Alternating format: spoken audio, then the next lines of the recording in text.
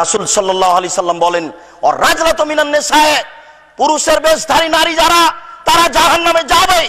যারা পুরুষের জুতা স্যান্ডেল পরে, যারা পুরুষের শার্ট প্যান্ট পরে, যারা পুরুষের গেঞ্জি গায়ে দিয়ে চলে, তারা জাহান্নামে যাবেই। রাসূল সাল্লাল্লাহু আলাইহি সাল্লাম বলছেন, তাদের উপরে জান্নাত হারাম, তারা কখনো জান্নাতে যাবে না। যারা পুরুষের পোশাক পরে চলে, তারা জাহান্নামে যাবেই। রাসূল সাল্লাল্লাহু আলাইহি সাল্লাম শুধু এই নয়, অন্য এক বিবরণে তিনি বলছেন, যেসব নারী স্বাভাবিকভাবে রাস্তাঘাটে চলছে নগ্ন পোশাকে, সাধারণ পোশাকে, অনিসলামিক পোশাকে, এরাও জাহান্নামে যাবে। তিনি বলেন, নেসাউন, মহিলা, কাসিয়াতুন, কাপড় পরে থাকে, আর এতুন, উলঙ্গ।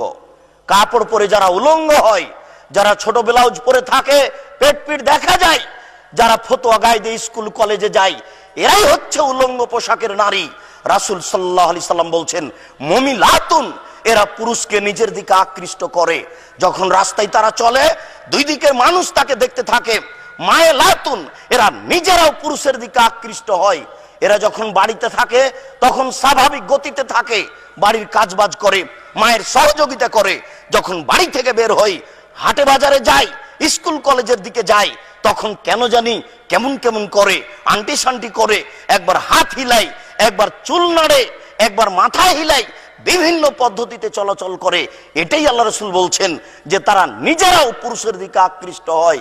রাসূল সাল্লাল্লাহু আলাইহি সাল্লাম বলেন, লা ইয়াদখুলুল জান্নাহ, এরা জান্নাতে যাবে না।